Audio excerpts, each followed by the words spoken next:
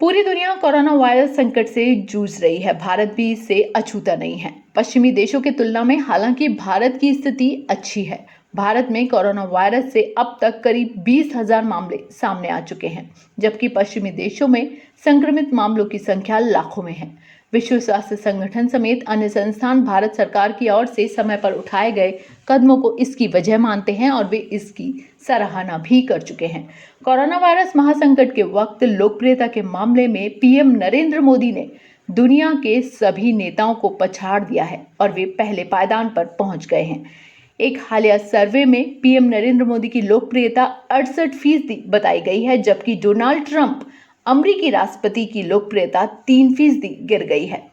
America की global data intelligence company morning consult political intelligence के मुताबिक 14 अप्रैल को पीएम मोदी की रेटिंग 68% बताई गई है, जो कि साल की शुरुआत में 62% थी।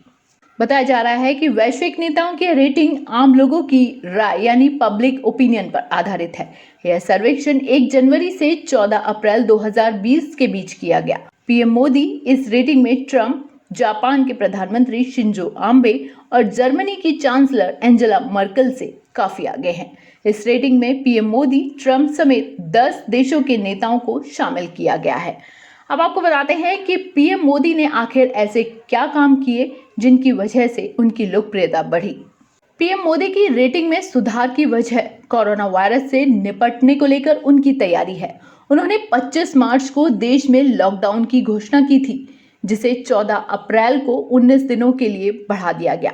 वहीं उन्होंने वैश्विक नेताओं को महामारी से निपटने में एकजुट होने की भी बात कही।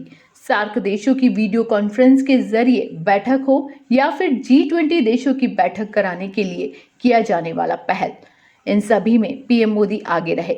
इन सभी वजहों से पीएम मोदी की लोकप्रियता में इजाफा हुआ। इसके अतिरिक्त उन्होंने जरूरी दवाओं के निर्यात से प्रतिबंध हटाते हुए मदद की पहल की, जिसे दुनिया भर के देशों ने स्वीकारा और सराहा भी। उधर मध्य मार्च में अमेरिका में लगाए गए लॉकडाउन के वक्त ट्रंप की लोकप्रियता 49% थी, जो गिरकर अब 43% हो गई है। अमेरिका में कोरोना वायरस से अब तक 40,000 लोगों की मौत हो चुकी है और ट्रंप प्रशासन आलोचनाओं के केंद्र में रहा है। कोरोना संकट दूसरी बार राष्ट्रपति बनने के रास्ते में भी आ रहा है।